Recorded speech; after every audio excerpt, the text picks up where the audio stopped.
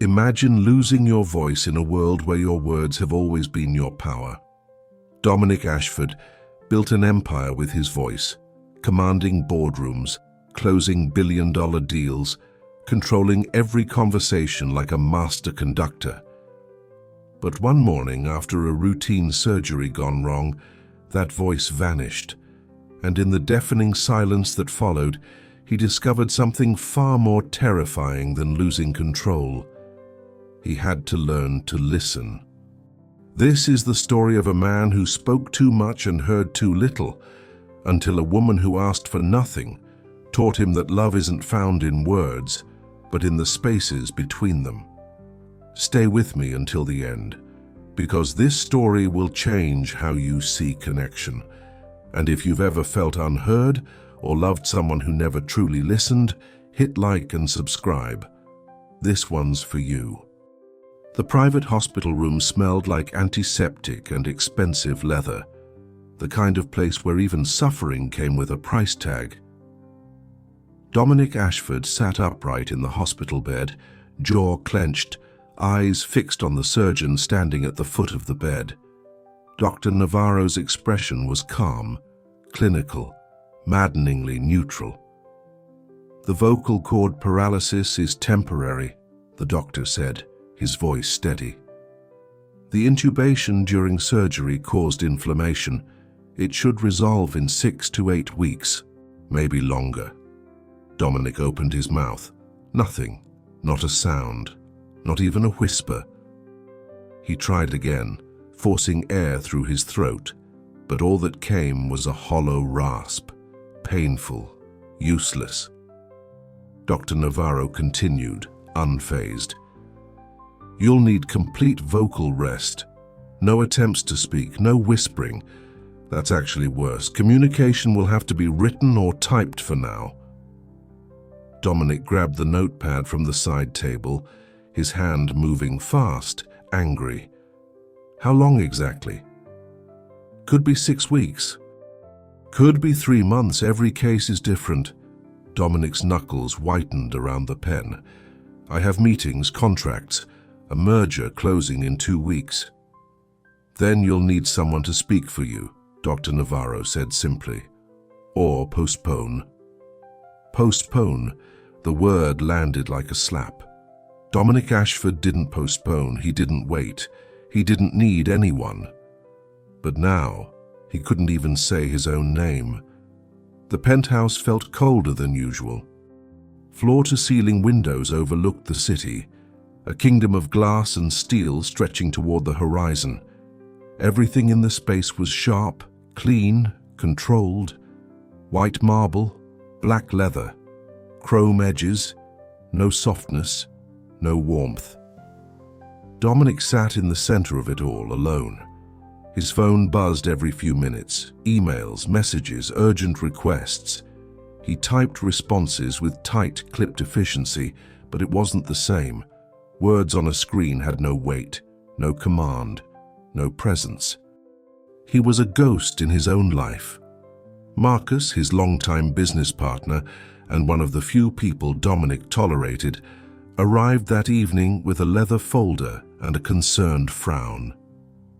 "You look like hell," Marcus said, dropping into the chair across from him. Dominic gave him a flat look and scribbled on the notepad. "Thanks." "I'm serious, Dom. You need help. Real help. Not just an assistant, someone who can be here. Make sure you're eating, resting, not driving yourself into the ground." Dominic shook his head, already writing. "I'm fine." "You're not fine. You can't talk. You can barely swallow without wincing, and you're too stubborn to admit you need someone." Dominic's pen paused. Marcus leaned forward. "I already arranged it. She starts tomorrow." "She?" "A private caregiver. Comes highly recommended. Worked with post-surgical patients before. Quiet. Professional. Won't get in your way." Dominic's jaw tightened. He didn't want a stranger in his space. Didn't want someone watching him, pitying him, trying to manage him. But Marcus was already standing, clearly not open to negotiation. Her name's Lily Carter. She'll be here at 8 a.m. Try not to scare her off in the first hour." Lily Carter arrived exactly at 8. She stood in the doorway of the penthouse, taking it in. The cold elegance, the untouched perfection, the man sitting stiffly on the couch with a notepad in his lap. Dominic looked up, and for a moment, neither of them moved. She wasn't what he expected. No crisp uniform, no clinical detachment. Just a woman in her late 20s with dark hair pulled into a loose bun, wearing jeans and a soft grey sweater. She carried a canvas bag over one shoulder and held a travel mug in her other hand. She looked real. "Mr. Ashford." Her voice was steady, warm, not overly sweet, not trying too hard. Just present. He nodded. She stepped inside, closing the door quietly behind her. "I'm Lily. Marcus told me about your situation. I'm here to help however you need. Meals, medication reminders, physical therapy exercises, whatever makes this easier." Dominic wrote quickly, holding up the notepad. "I don't need a babysitter." Lily glanced at the words, then met his eyes without flinching. "Good," she said simply, "because I'm not one." She set her bag down on the kitchen counter and started moving through the space with easy confidence, checking the fridge, opening cabinets, assessing what was there. "When's the last time you ate something that wasn't delivered in a box?" Dominic didn't answer. Lily pulled out a carton of eggs, some vegetables, bread. "That's what I thought." She moved like someone who'd spent her whole life making do with less, efficient, unbothered, grounded. There was no hesitation in her movements, no nervousness around his wealth or his silence. It unsettled him. Most people either tiptoed around Dominic or tried to impress him. Lily did neither. She cooked. The smell of eggs and toast filled the penthouse, simple, warm, entirely out of place in the cold, sterile space. When she set the plate in front of him, their eyes met again. "You don't have to like me," she said quietly, "but you do have to eat." Dominic stared at the food. Then slowly he picked up the fork. Lily sat across from him with her own plate, not watching him, not hovering, just there. They ate in silence. But it wasn't the hollow silence Dominic had been drowning in for days. It was something else, something almost comfortable. The first week was a battle of wills. Dominic tried to work from home, typing furiously on his laptop, answering emails, taking video calls where Marcus spoke for him while he typed responses in the chat. It was humiliating. Every time he opened his mouth and nothing came out, he felt the loss all over again. Lily didn't comment, didn't offer false sympathy or motivational speeches. She just kept showing up. She made him breakfast, reminded him to take his medication, left water bottles within reach, adjusted the blinds when the afternoon light became too harsh. Small things, unremarkable things. But Dominic noticed. He noticed the way she hummed softly while she worked, some melody he didn't recognize, something that made the space feel less like a mausoleum. He noticed the way she always knocked before entering a room, even though it was technically his apartment. He noticed that she never looked at him with pity, just patience.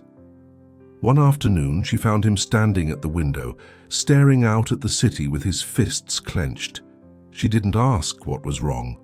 She just walked over and stood beside him, arms folded, looking out at the same view. "You know what I see when I look at this city," she said softly. Dominic glanced at her. "I see 1,000,000 people trying to be heard, all talking, all shouting, all desperate to matter." She paused. But the ones who actually change things, they're the ones who know when to stop talking and start listening. Dominic's throat tightened. Lily turned to him, her expression calm, open. "You lost your voice, Mr. Ashford, but maybe you'll find something better." She walked away before he could respond, and Dominic stood there alone again. But this time, her words stayed, echoing in the silence, louder than anything he'd ever said. The second week began with rain. It came down in sheets against the floor-to-ceiling windows, blurring the city into soft grey shapes. The penthouse felt smaller somehow, enclosed, intimate in a way that made Dominic restless. Lily arrived as always, right at 8, shaking droplets from her jacket. "Storm's supposed to last all day," she said, hanging her coat by the door. "Good day to stay inside." Dominic was already at the dining table, laptop open, notepad beside him. He'd been awake since 5, answering emails in the dark. Lily glanced at the screen as she passed, then at him. "You sleep at all?" He shrugged, not looking up. She disappeared into the kitchen. Minutes later, she returned with coffee. Real coffee, not the espresso machine kind he usually drank. It smelled like cinnamon and something warmer, softer. She set it down beside him without a word. Dominic looked up, surprised. "Thank you," he wrote.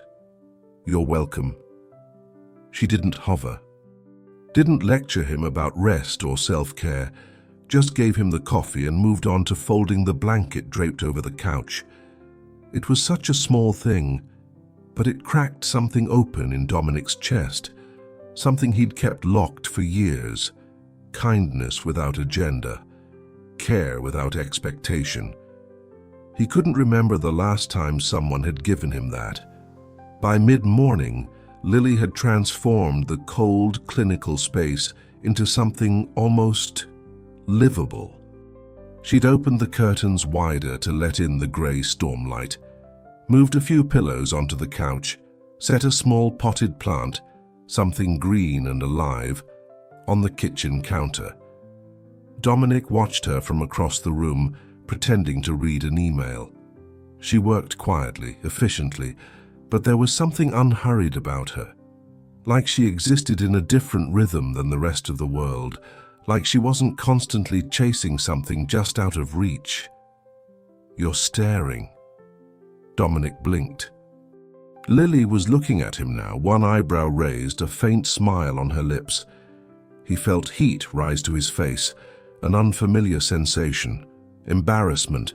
He couldn't remember the last time he'd felt embarrassed. He scribbled quickly, "Just working." "Uh-huh." She didn't believe him, but she didn't push. Just went back to organizing the books on his shelf. Books he'd bought for appearance, never read. She pulled one out. "You like poetry?"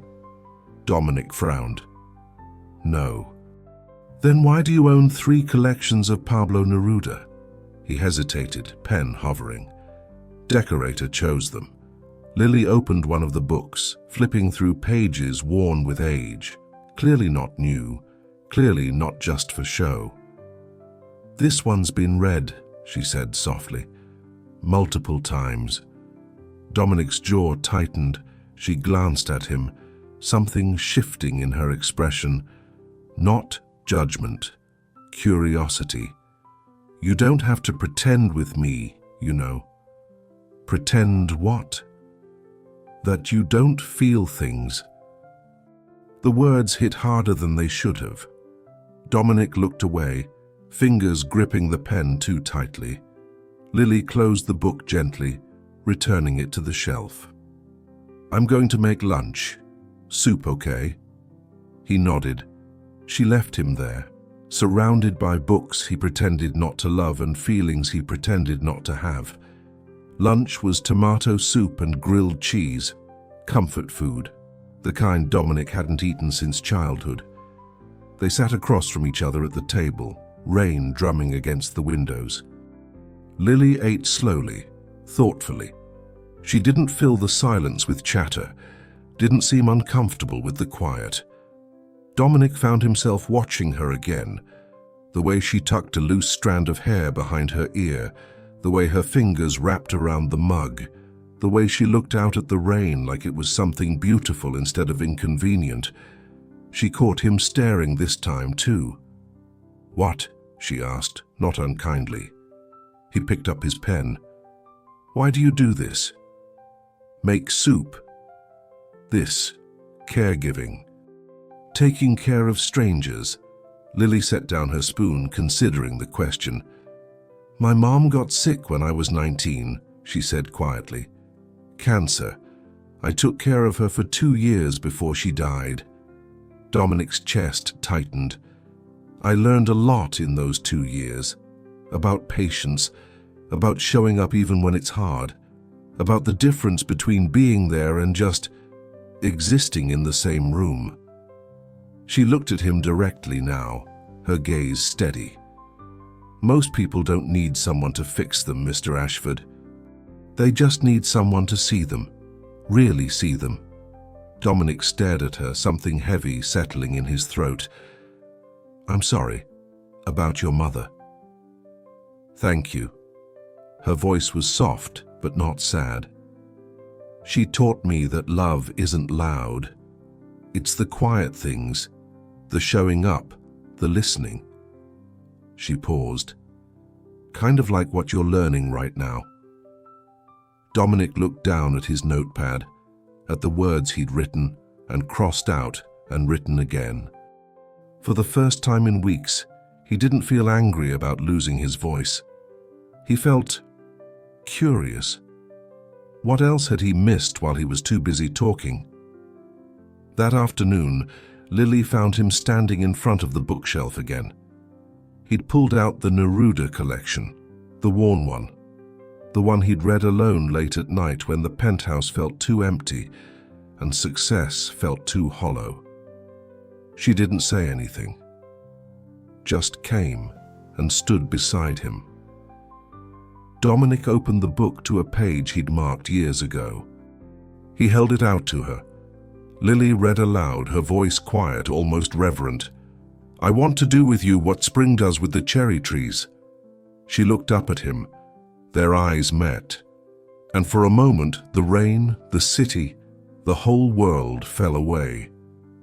There was only this, two people standing close enough to feel each other's warmth, sharing words that meant more than either of them could say. Dominic's hand trembled slightly as he took the book back. Lily smiled. Small, genuine, devastating. "See," she said softly, "you do feel things." She walked away before he could respond, but Dominic stood there, book in hand, heart pounding in a way it hadn't in years. That night, after Lily left, Dominic sat alone in the dark. The rain had stopped. The city glittered below, distant and cold. He pulled out his phone and opened a new note. His fingers moved slowly, carefully. "I think I'm starting to understand." He stared at the words for a long time, then deleted them. Some things couldn't be typed, some things could only be felt. The next morning, Lily arrived with fresh flowers, sunflowers bright and absurdly cheerful in the minimalist space. They were selling them on the corner, she said, arranging them in a vase she'd found somewhere in his cabinets. Thought the place could use some color.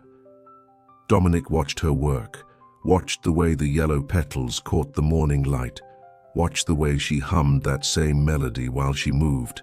She turned, catching his gaze. "What?"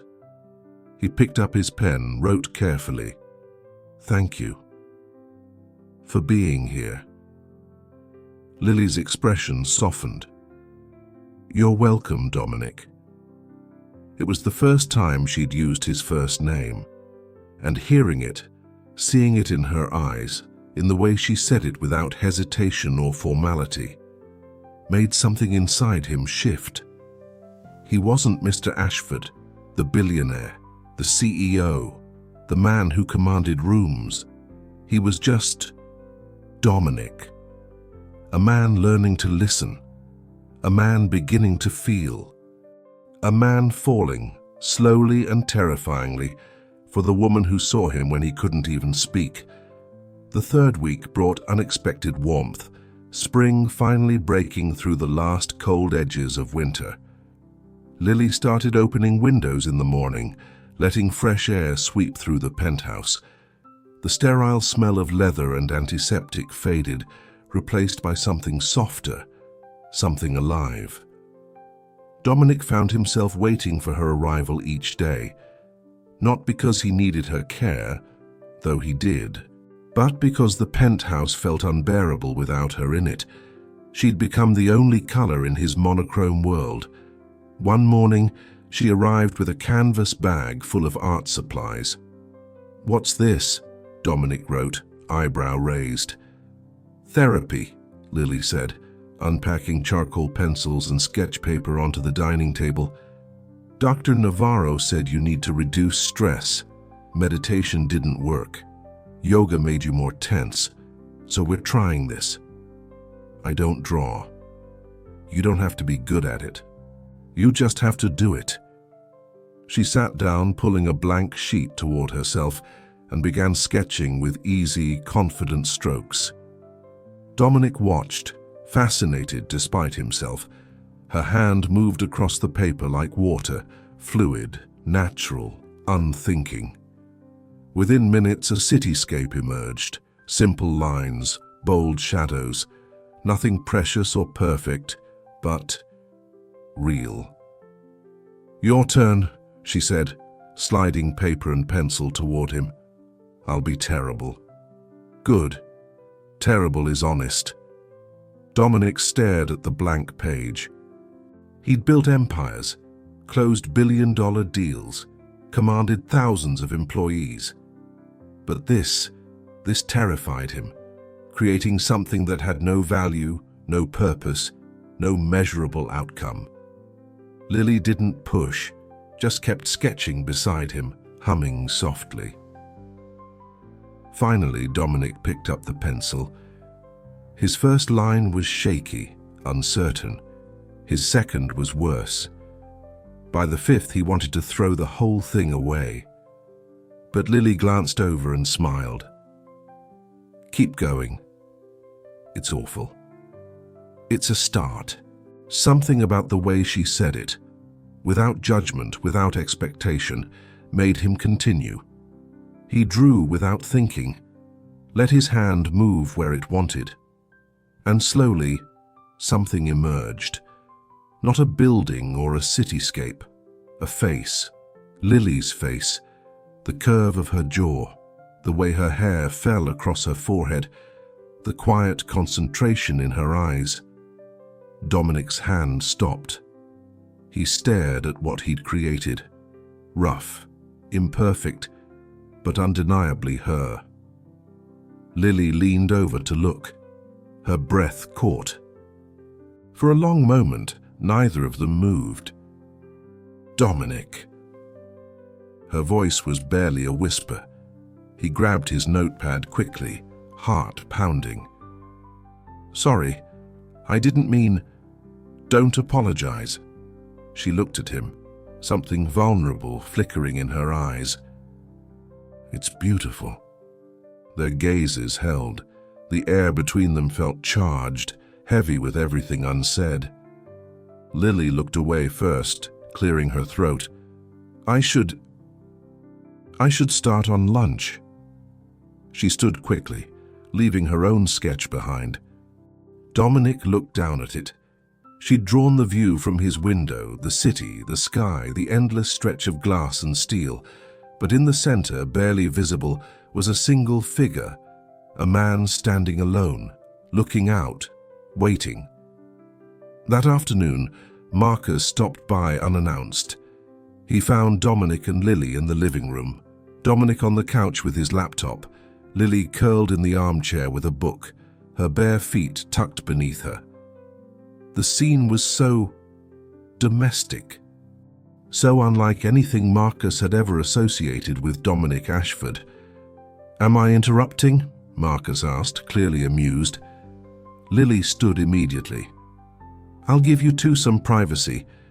"Stay," Dominic wrote quickly, holding up the notepad. Lily hesitated, then sat back down. Marcus raised an eyebrow but said nothing. He dropped a folder on the coffee table. "The Meridian merger. Everything's ready. They just need your signature and a representative at the closing meeting next week." Dominic picked up the folder, flipping through contracts he'd spent months negotiating. His life's work, his legacy. He should have felt triumph, satisfaction. Instead, he felt nothing. Marcus watched him carefully. "You've been quiet." Dominic shot him a look. "I mean quieter than usual," Marcus corrected with a slight smile. "You okay?" Dominic glanced at Lily. She was pretending to read, but he could tell she was listening. He wrote, "I'm fine." "You don't look fine. You look different." "Different how?" Marcus chose his words carefully. "Less angry, less empty." The words hung in the air. Dominic's jaw tightened. He wanted to deny it, to write something cutting and dismissive, but Marcus wasn't wrong. Something had changed. He had changed. Marcus stood, checking his watch. "I'll handle the closing. You focus on recovery."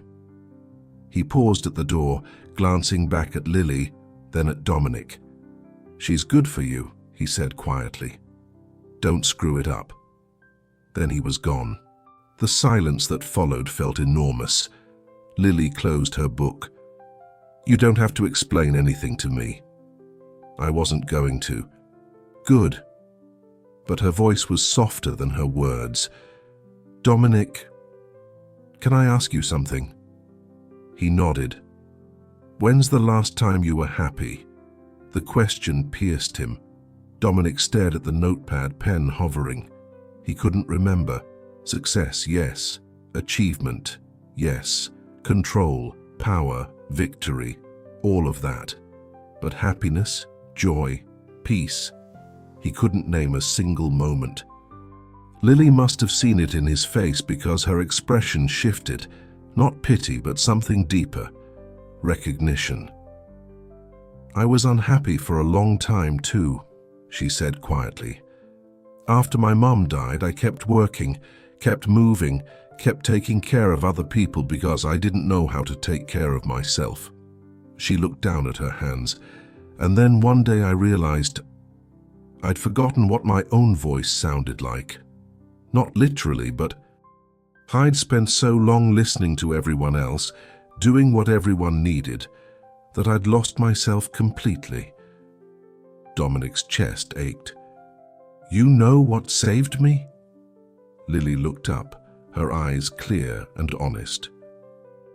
"Learning that it's okay to need people. That asking for help isn't weakness.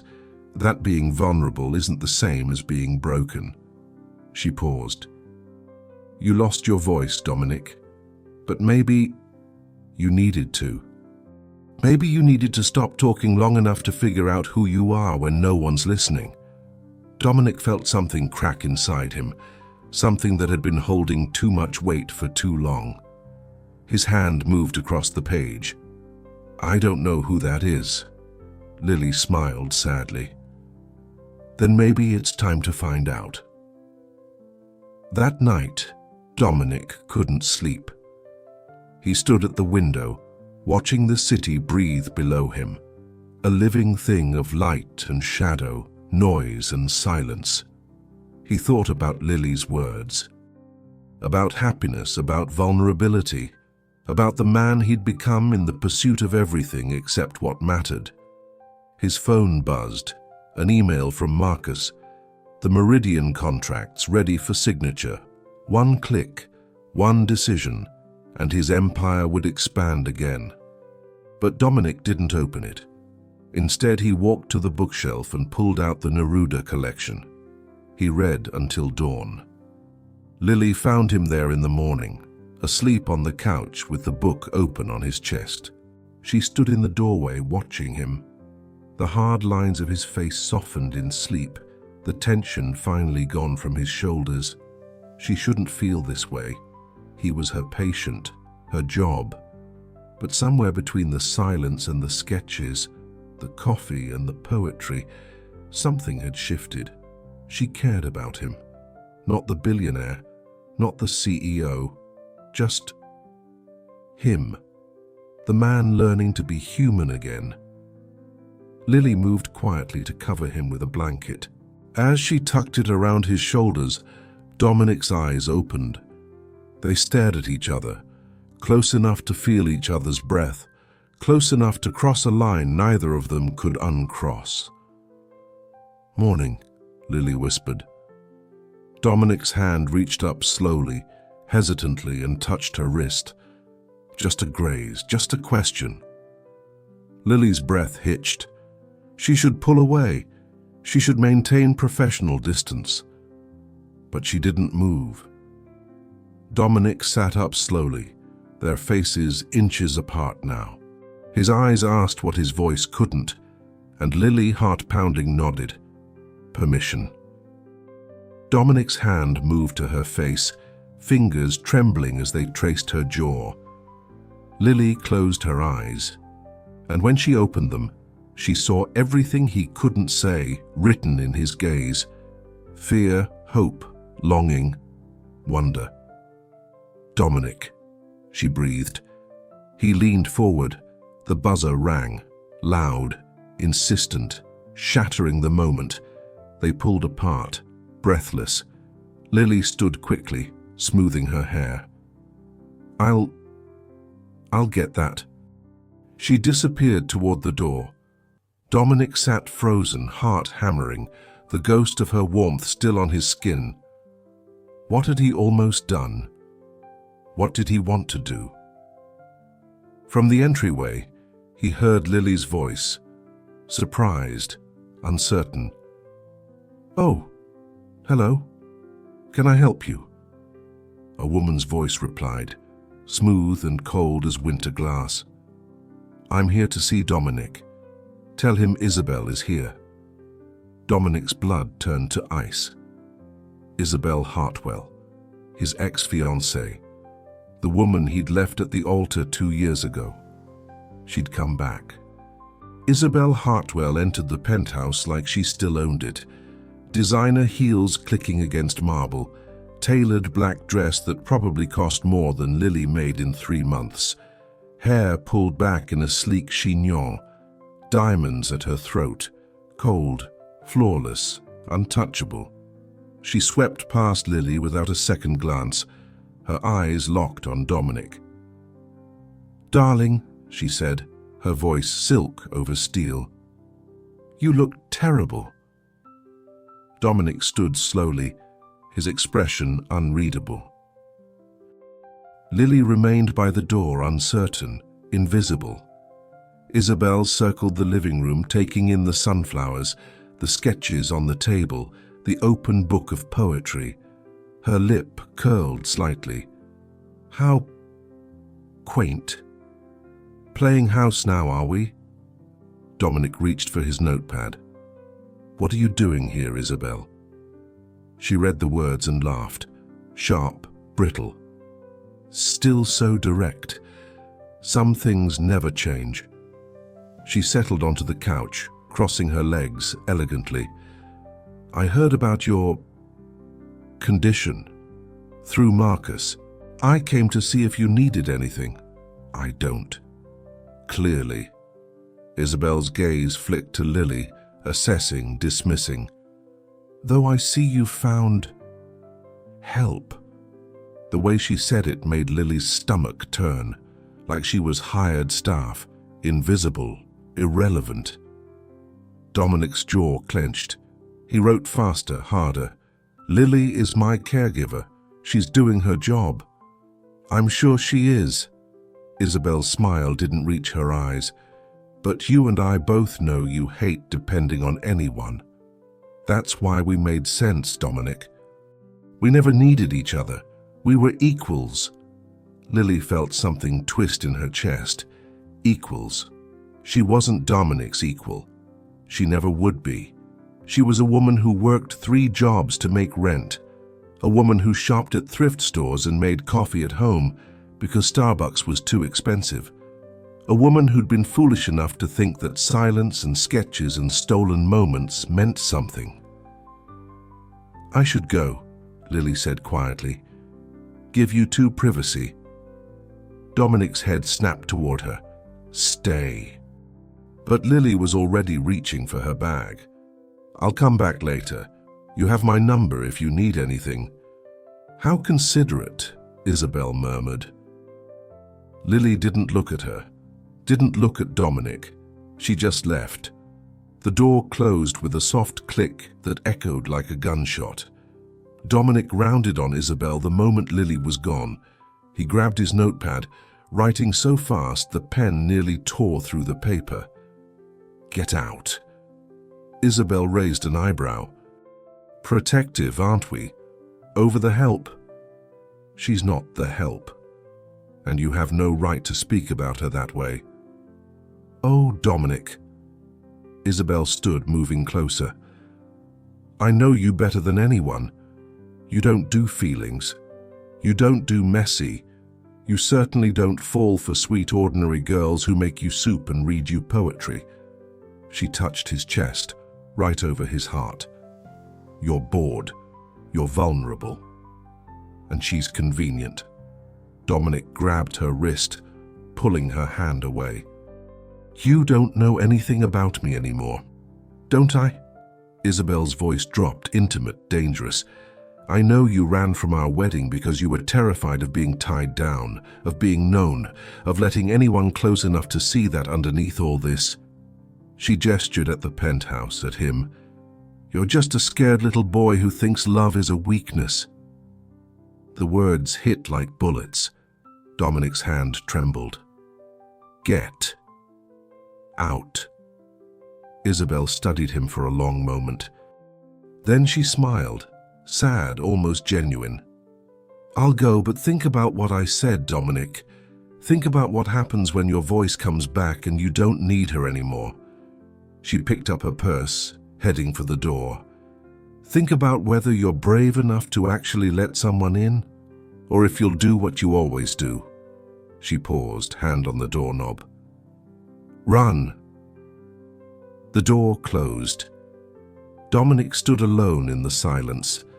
The sunflowers seemed too bright now, the sketches too exposed, the poetry too raw. Everything Lily had brought into his life suddenly felt like evidence of his own weakness, and Isabel's words echoed in the emptiness. "You'll do what you always do. Run." Lily didn't come back that day, or the next. She sent a text, "Taking a few personal days. Rachel will cover. Hope you're well." Dominic stared at the message for hours. Rachel was efficient, professional, perfect.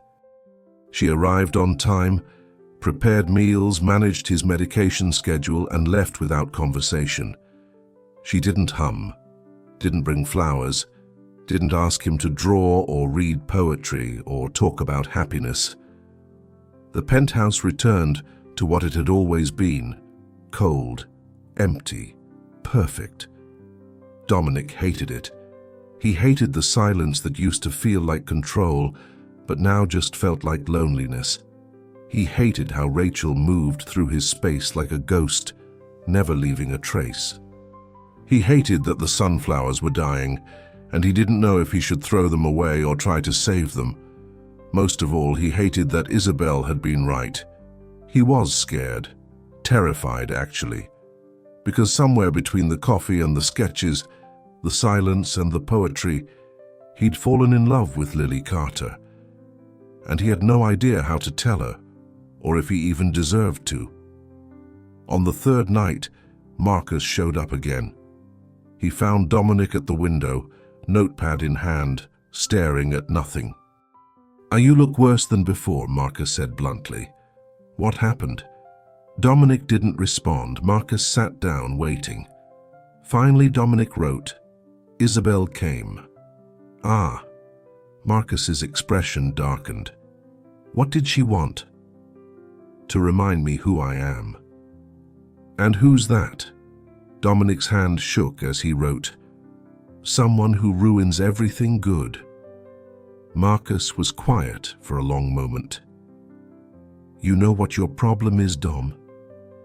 You think you don't deserve good things.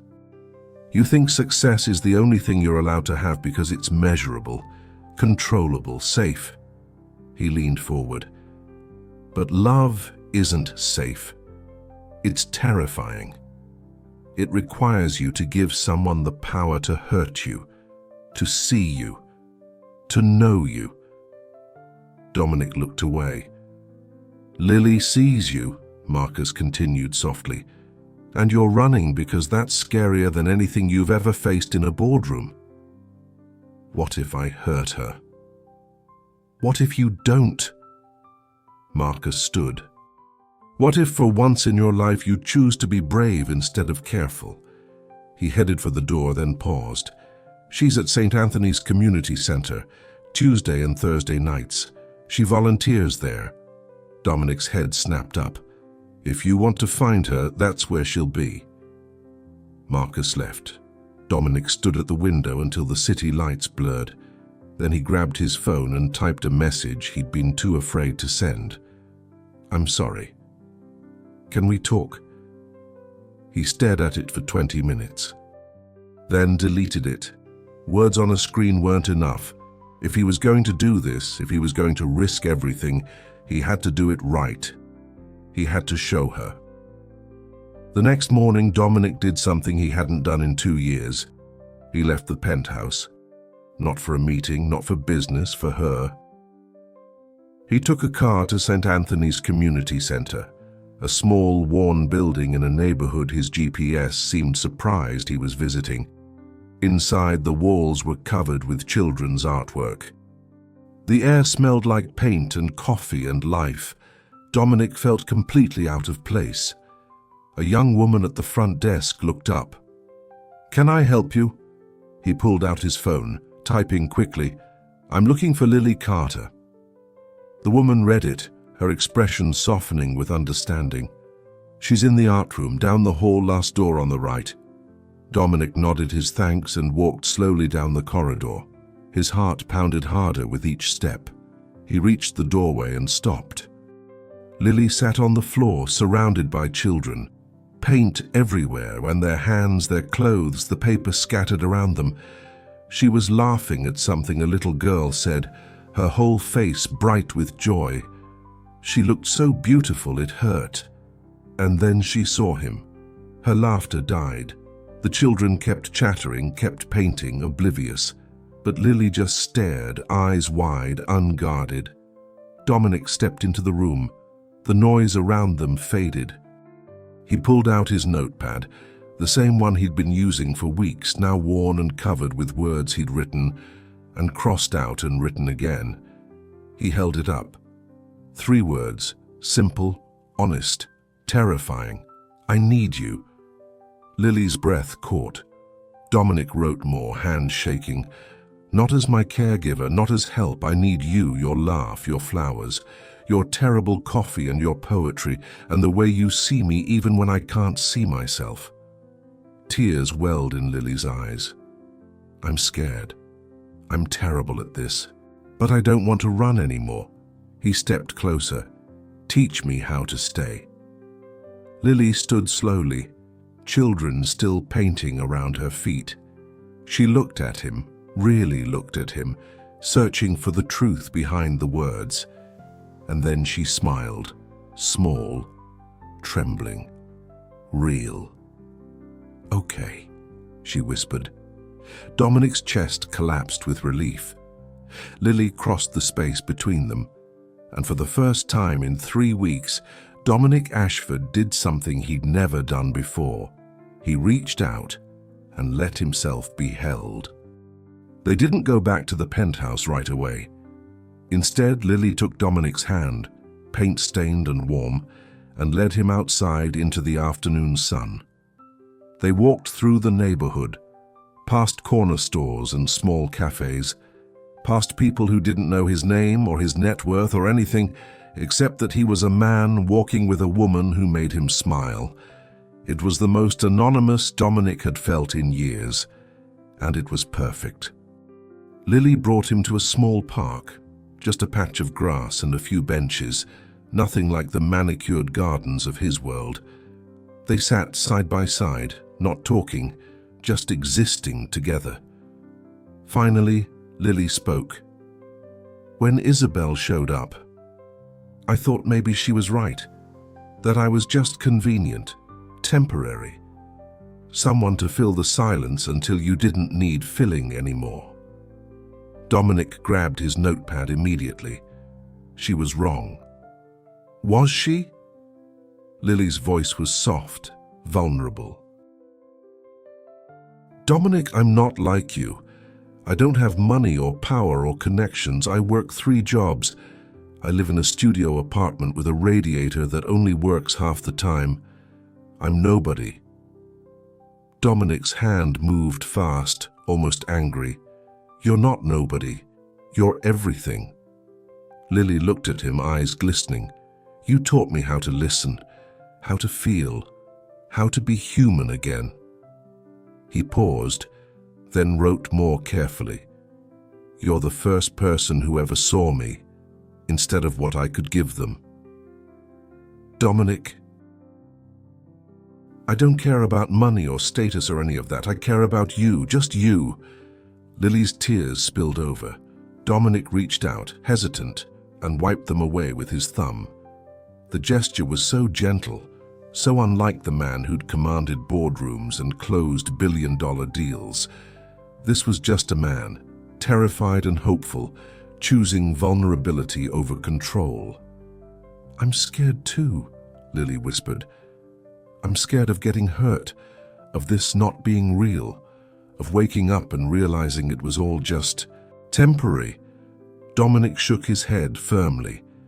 He wrote, This is real, I'm real, and I'm not going anywhere. Promise? Dominic held up his pinky finger, childish, absurd, completely sincere.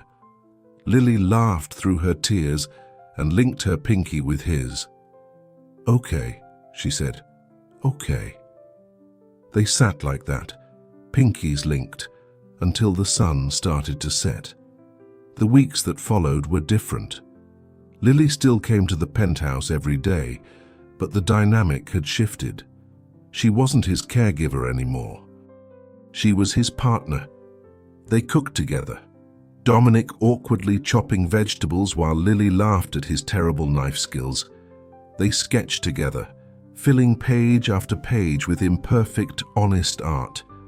They read poetry together, Dominic pointing to lines that resonated, Lily reading them aloud in her warm, steady voice. And slowly, carefully, Dominic began to heal. Not just his voice, though that was returning too, bit by bit, but something deeper. The parts of him that had been closed off for years began to open. He learned to ask for help, to admit when he was struggling, to let someone see his mess without trying to clean it up first. One evening they were sitting on the couch, Lily curled against his side, Dominic's arm around her shoulders. Can I ask you something? Lily said softly. Dominic nodded. Why did you leave Isabel at the altar? Dominic tensed. Lily felt it immediately. How you don't have to answer if... But Dominic was already reaching for his notepad.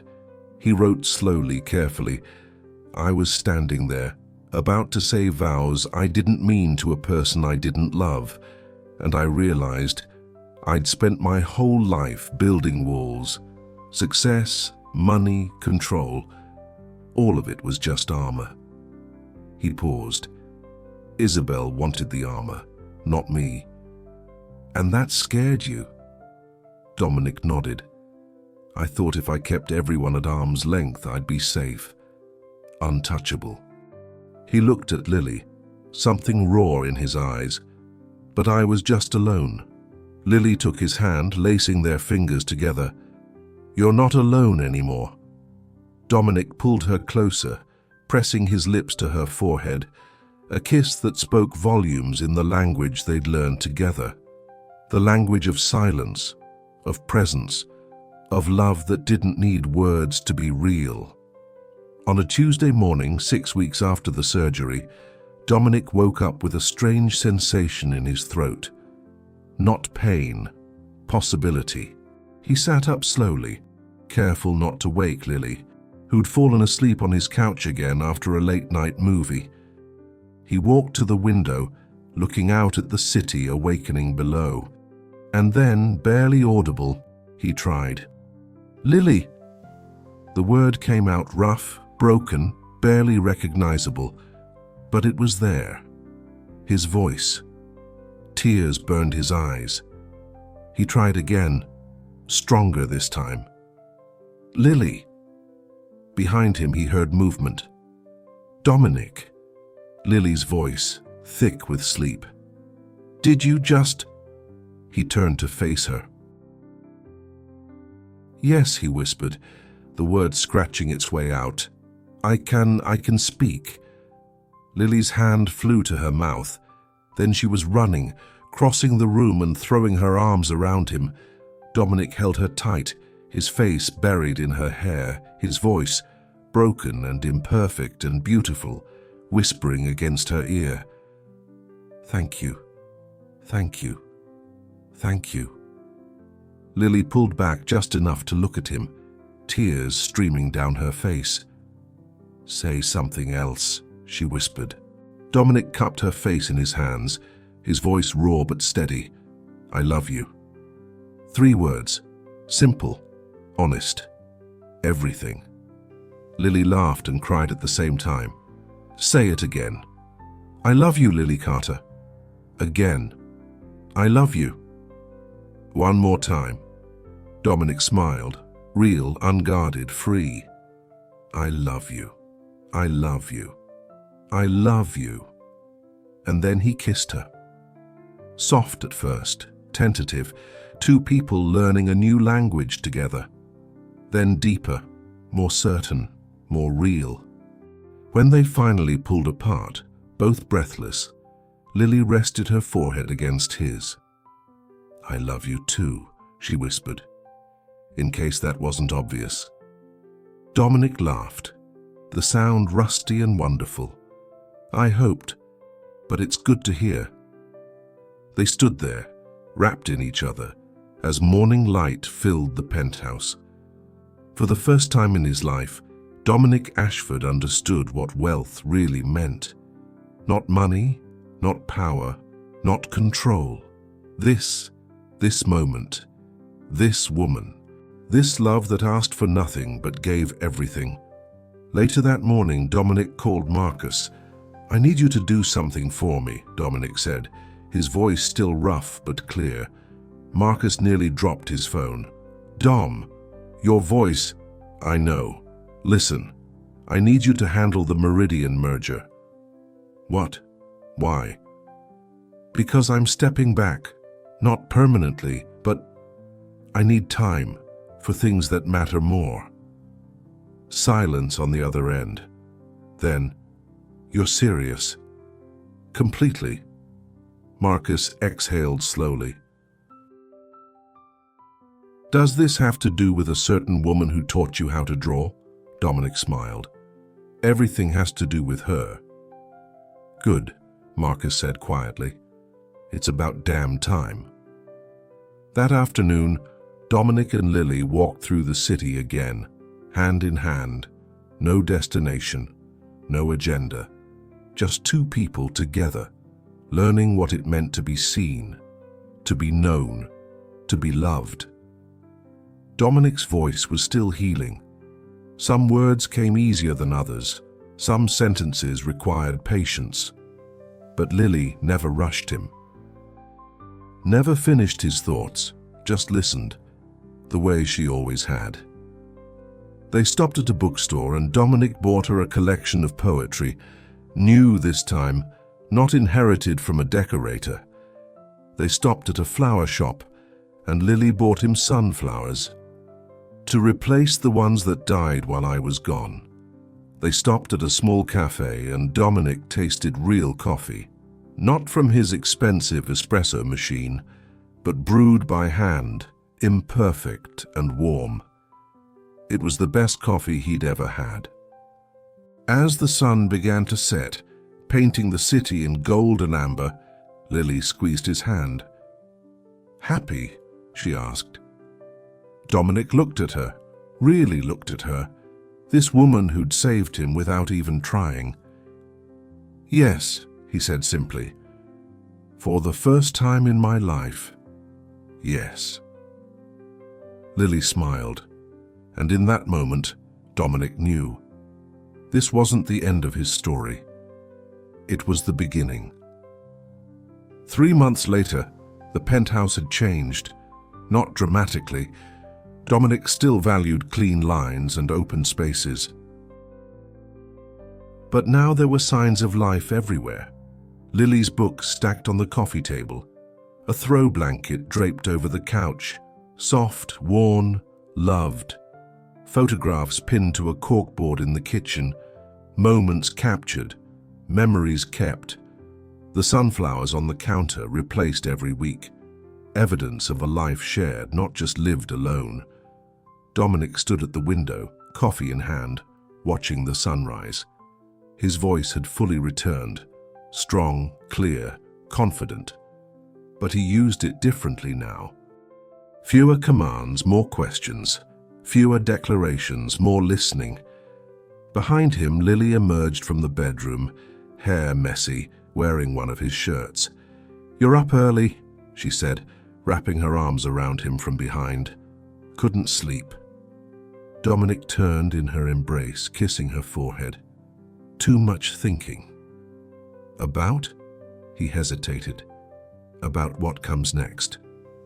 Lily pulled back slightly, studying his face. "That sounds ominous." "Not ominous, just big." He took her hand, leading her to the couch. They sat facing each other, knees touching. "Lily, these past few months have been the happiest of my life," Dominic began, his voice steady but vulnerable. "You changed everything. You changed me." "Dominic, let me finish." He smiled. "I spent years building an empire, chasing success, believing that achievement was the same as fulfillment. But it wasn't. It was just noise. Distraction from the fact that I was empty inside." He squeezed her hand. "And then I lost my voice and I met you, and everything I thought mattered suddenly didn't. The only thing that mattered was becoming someone worthy of you." Lily's eyes glistened. "You are worthy. You always were." "I'm trying to be." Dominic reached into his pocket, pulling out an envelope. "Which is why I made a decision." Lily took the envelope, confused. Inside was a letter, official, stamped, signed. She read it slowly, her eyes widening. "Dominic, this is a donation," he nodded. $50 million to St. Anthony's Community Center for expansion, new programs, art supplies, whatever they need. Lily's hand flew to her mouth. "And this." He handed her another document. A foundation. The Carter Foundation for Arts and Community Development. You'll run it. Full autonomy, full salary. The resources to do what you've always done, help people, but on a scale that actually makes a difference. Tears spilled down Lily's cheeks. "Dominic, I can't." "You can. You will." His voice was firm but gentle. "You taught me that wealth means nothing if it doesn't serve something greater. So let it serve this. Let it serve people who need hope, who need someone to see them." He cupped her face. "The way you saw me." Lily couldn't speak, could only cry and hold the papers and stare at the man who'd learned to give with his heart instead of his wallet. "There's one condition," Dominic added softly. Lily looked up, waiting. "That you let me be part of it, not as a donor, as a partner. I want to build something real with you, Lily, not just a relationship, a life, a purpose." "Dominic," Lily's voice broke. "Yes, God, yes." They kissed, deep and grateful and full of promise. When they pulled apart, Dominic rested his forehead against hers. "I love you," he whispered. "More than I knew was possible." "I love you too," Lily laughed through her tears. "Even when you make grand gestures that make me cry." "Get used to it," Dominic grinned. "I have 50 years of emotional unavailability to make up for." That evening they had dinner with Marcus. He arrived with champagne and a knowing smile. "So," Marcus said, raising his glass, "a foundation. Impressive." "It was time," Dominic said simply, his hand finding Lily's under the table. "Past time." Marcus looked at Lily. "You're good for him. Better than good. You're the best thing that ever happened to him." Lily blushed. "I think we're good for each other." "Clearly." Marcus sipped his champagne.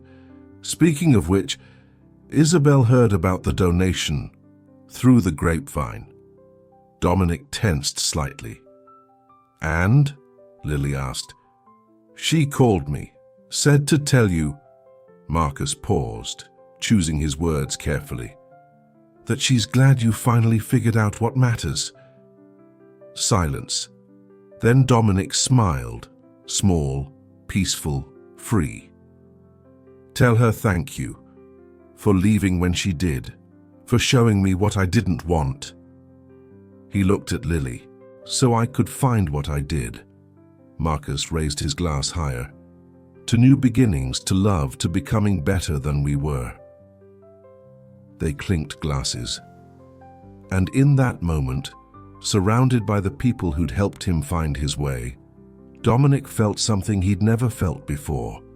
Complete. Weeks turned into months.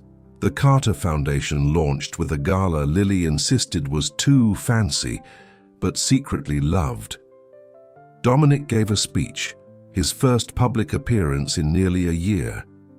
His voice was strong, clear, carrying across the ballroom. But the words were different than any speech he'd given before. Not about profit margins or market dominance. About community. About humanity. About using privilege to serve rather than separate. "I spent my life building walls," he said, finding Lily's eyes in the crowd. "And then I met someone who taught me to build bridges instead." The room erupted in applause, but Dominic only saw her. Lily standing in the back, wearing a simple dress, tears streaming down her face. After the speeches, after the congratulations and champagne and photos, they slipped away, out onto the terrace under the stars. "That was quite a speech," Lily said, leaning against the railing. "I meant every word." Dominic stood beside her, their shoulders touching.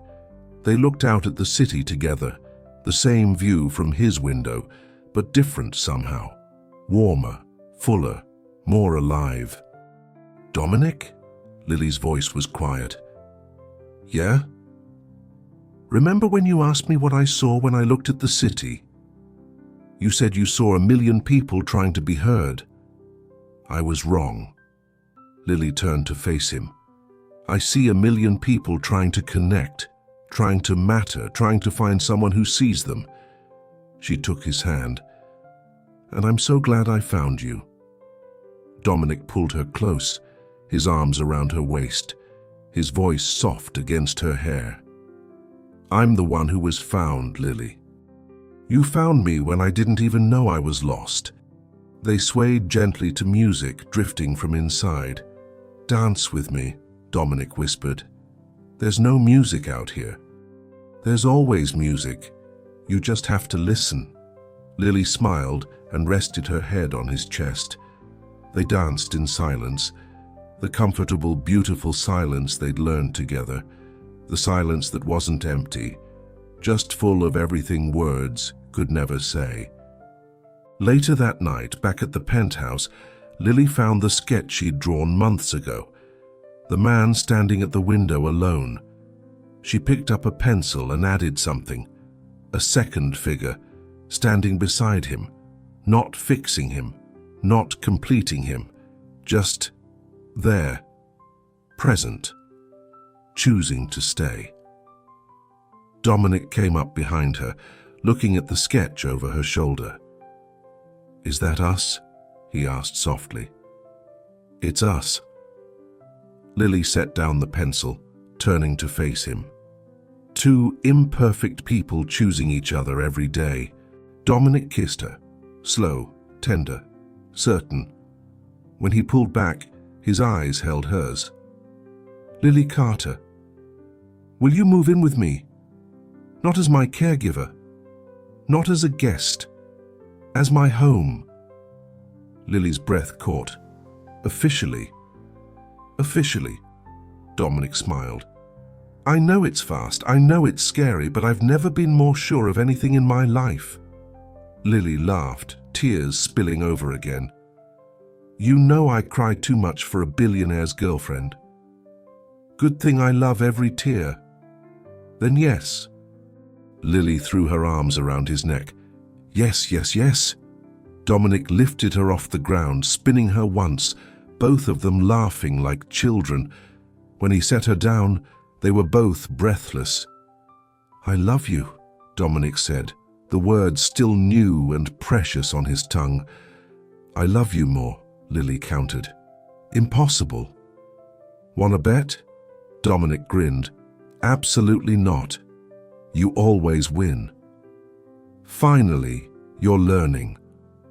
They collapsed onto the couch together, tangled up in each other, in laughter, in love. Outside, the city glittered. Inside, two people who'd found each other in silence discovered that sometimes the best words are the ones you don't have to say, because love isn't heard, it's felt. And Dominic Ashford, who'd spent his whole life speaking, had finally learned to listen, to the quiet, to the truth, to his heart. 1 year later, the same window, the same view. But everything had changed. Dominic stood there in the early morning light, coffee in hand, watching the city wake up. Lily was still asleep in their bedroom now with her books on the nightstand and her paintings on the walls, and her laughter echoing through rooms that used to know only silence. He smiled, remembering the man who'd stood at this window a year ago, angry, empty, lost, unable to speak, unable to feel. That man seemed like a stranger now. The penthouse door opened quietly. Small footsteps padded across the marble floor. "Mr. Dominic?" Dominic turned. A little girl stood there, maybe 7 years old, wearing pajamas covered in stars, holding a stuffed rabbit. "Can't sleep, Maya?" he asked softly. She shook her head, walking over to him. Maya was one of the children from St. Anthony's, a foster kid who'd been bounced between homes, struggling with trauma and trust. Lily had brought her to the Foundation's new art program 6 months ago, and somehow, slowly, Maya had started to heal, started to smile, started to believe that maybe, just maybe, the world could be safe. When the Foundation opened their transitional housing program, apartments for families in crisis, Maya and her foster mother were among the first residents. But on weekends, Lily insisted they visit. "Want to help these kids feel like they belong somewhere," she'd said. And Dominic, who'd never imagined himself around children, found that he loved it, loved seeing the world through their eyes. Loved giving them what he'd never had. Safety, stability, someone who showed up. Bad dream? Dominic asked, crouching down to Maya's level. She nodded. Want to talk about it? She shook her head. Okay. That's okay too. Dominic stood, gesturing to the window. Want to watch the sunrise with me? Maya's face brightened. She climbed onto the window seat, tucking her rabbit beside her.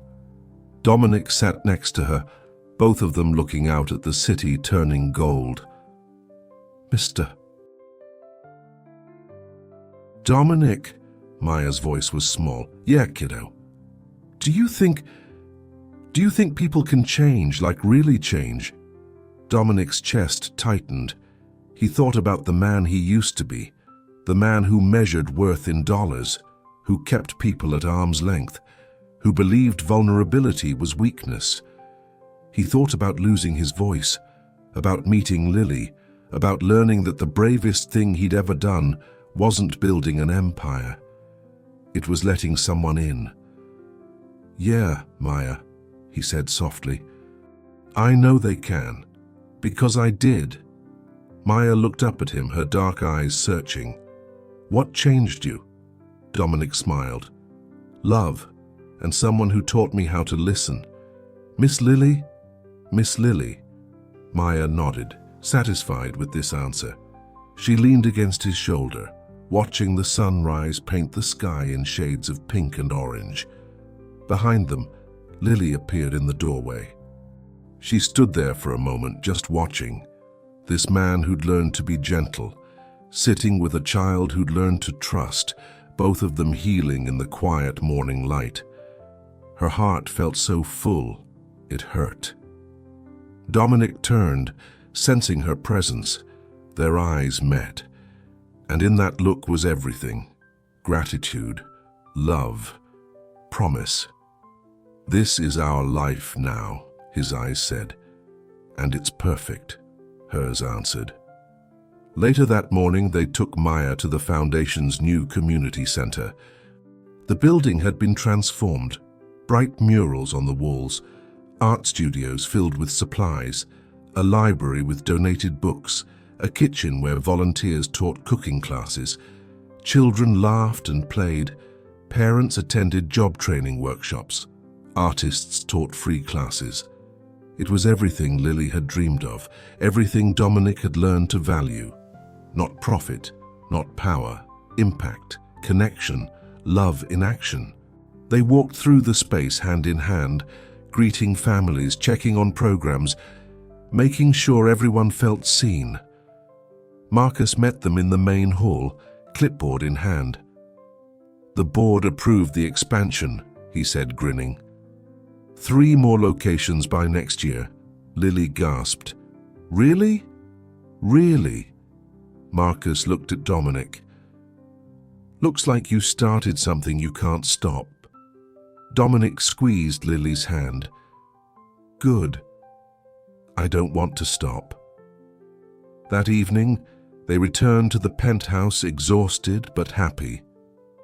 Maya had gone home with her foster mother, promising to come back next weekend. Dominic and Lily collapsed onto the couch together. Long day, Lily sighed, kicking off her shoes. Best kind of long day. Dominic pulled her close. They sat in comfortable silence, the kind they'd perfected over the past year, the kind that didn't need filling. Finally, Lily spoke. Do you ever miss it? The old life, the power, the control, No.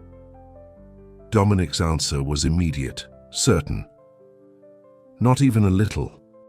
Not even the part where you didn't have a 7-year-old waking you up at 6 a.m. on Saturdays? Dominic laughed. Especially not that part. That's my favorite part.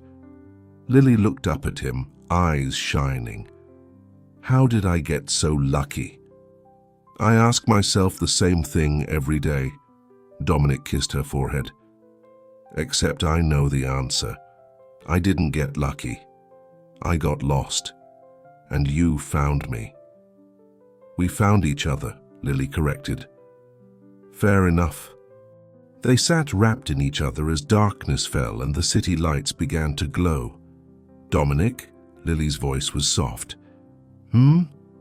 Thank you for choosing this, for choosing us, for choosing love over everything else. Dominic pulled back just enough to look at her face, the face he'd sketched a year ago, the face he'd memorized in silence, the face he wanted to wake up to for the rest of his life. Lily Carter, he said slowly, deliberately. Choosing you was the easiest decision I ever made. It's choosing to be worthy of you that's the daily work. You are worthy, you always were. I'm trying to be every day, Lily smiled. That's all any of us can do. Later, as they got ready for bed, Dominic found himself at the window one last time, looking out at the city. The same view he'd stared at for years, seeing nothing but conquest and competition. Now he saw possibility. He saw the community center lighting up neighborhoods. He saw families finding hope. He saw children learning that they mattered. He saw everything his money could do when it served love instead of ego. Lily came up behind him, wrapping her arms around his waist. "What are you thinking about?" she asked. "How quiet my life used to be, and how much I hated it. And now? Now the quiet is different. It's not empty. It's full. Full of you. Full of us. Full of everything that matters." Lily rested her cheek against his back. "I love you, Dominic Ashford. I love you, Lily Carter." He turned in her arms, holding her close. "Thank you," he whispered. "For what? For teaching me that the most powerful thing I could ever do wasn't speak." He kissed her softly. It was listen. The camera pulls back from the window. Two figures silhouetted against the city lights, holding each other in the quiet. Not alone anymore, not empty anymore. Just two people who found each other in silence and built a life in love. The narrator's voice returns, warm and reflective. Some riches can't be bought. Some power can't be commanded. Some voices can't be heard until we learn to stop talking and start listening. Dominic Ashford lost his voice and found his heart. And in the silence he discovered what he'd been searching for his whole life. Not success, not control, just love. The kind that doesn't need words. The kind that changes everything. If this story touched your heart, like, comment, and share it with someone who needs to hear it. Subscribe for more stories about love, redemption, and second chances. And remember, the most important conversations happen in the spaces between words. Would you have the courage to lose everything to find what truly matters?